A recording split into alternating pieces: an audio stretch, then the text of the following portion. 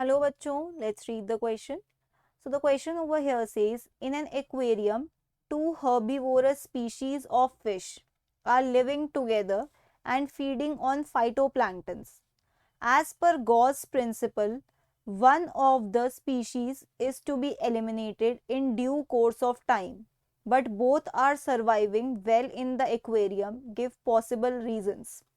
ठीक है, यहाँ पे क्या कह रहे हैं कि दो स्पीशीज रखी हुई हैं, हर्बीवोरस फिशेस की दो स्पीशीज रखी हुई हैं, ओके, एक्वेरियम में। Over a period of time Gause principle के अकॉर्डिंग इनको एक को एक्सटिंक्ट हो जाना चाहिए कंपटीशन की वजह से, लेकिन वो नहीं होती हैं। इसके हमें रीजंस बताने, पॉसिबल रीजन। तो देखिए, सबसे पहले हम गॉस प्रिंसिपल को डिस्कस करते हैं। अकॉर्डिंग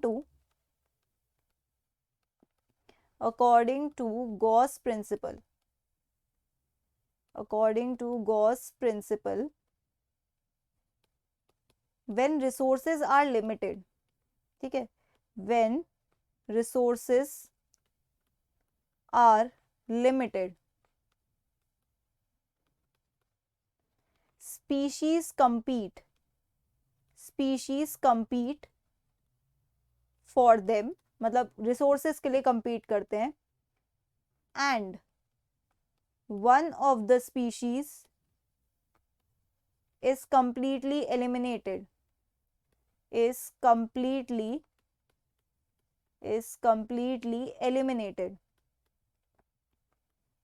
ओके, एक स्पीशीज एलिमिनेट हो जाएगी। क्यों? क्योंकि कंपटीशन हो रहा है दोनों के बीच में लिमिटेड रिसोर्सेज के लिए, पर यहाँ पे नहीं हो रहा है।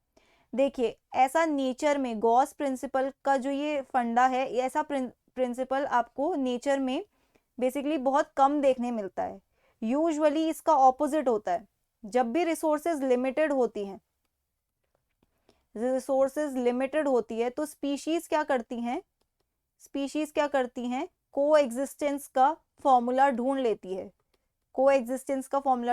क्यों? क्योंकि इससे बायोडाइवर्सिटी मेंटेन रहती है।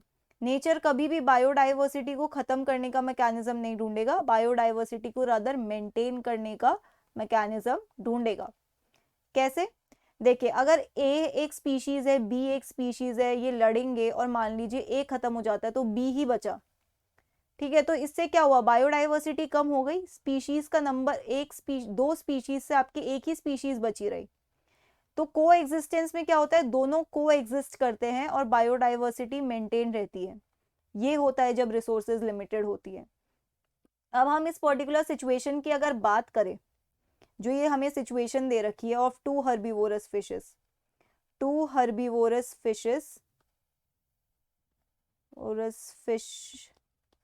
इन द एक्वेरियम, ठीक है, यहाँ पे दो पॉसिबिलिटीज हो सकती है आपकी। या तो आपकी रिसोर्सेज ही अनलिमिटेड है, ठीक है, दोनों सरवाइव इसलिए कर रहे हैं कि रिसोर्सेज अनलिमिटेड है। ऑब्वियसली एक्वेरियम कैसा है? आर्टिफिशियल है ना, आर्टिफिशियल है, ह्यूमन मेड सिस्टम है। रिसोर्सेज अनलिमिटेड, रिसोर्सेज अनलिमिटेड है क्योंकि आर्टिफिशियल है, तो आप बाहर से उनको रिसोर्सेज दे सकते हो, आप उनको बाहर से खाना प्रोवाइड कर सकते हो, तो उनके बीच में कंपटीशन ही नहीं रहेगा, ठीक है। रिसोर्सेज अनलिमिटेड हो जाती है क्योंकि ये एक तरीके का आर्टिफिशियल सिस्टम। बट अगर ये नेचुरली हो रहा है, ठीक है, अगर ये नेचुरली हो रहा होता और मान लीजिए इस आर्टिफिशियल में भी रिसोर्सेज कम हो गई और आप बाहर से प्रोवाइड नहीं कर रहे हो, तो क्या होगा? ये क्या करेंगे? रिसोर्स पार्टीशनिंग कर देंगे। रिसोर्स पार्टीशनिंग मतलब जितनी भी रिसोर्सेज है उनको पार्टीशन कर देंगे, जितनी भी रिसोर्सेज अवेलेबल है उनको आपस में ही बांट लेंगे। कैसे? या तो ये दोनों अपना फीडिंग टाइम चेंज कर लेंगे, फीडिंग टाइम चेंज्ड, एक स्पीशीज सुबह खाएगी तो दूसरी दिन में खाएगी, रात में खाएगी, इस तरीके से। या तो ये अपनी फीडिंग हैबिट्स चेंज कर लेंगे, फीडिंग हैबिट्स चेंज्ड, ठीक है। एक टाइप का प्लांट खाएगा, दूसरा दूसरे टाइप का प्लांट खाएगा, तो कंपटीशन नहीं रहेगा। है तो दोनों हर्बीवोरस, ठीक है, different types of plants eat different types of plant, दोनों हर्बीवोरस है, बट ये क्या करेंगे? अपने प्लांट खाने की जो उनकी टेंडेंसी है वो चेंज कर देंगे। एक टाइप के खाएगा, दूसरा दूसरे टाइप का खाएगा।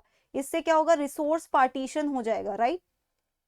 तो ये कुछ रीजंस है.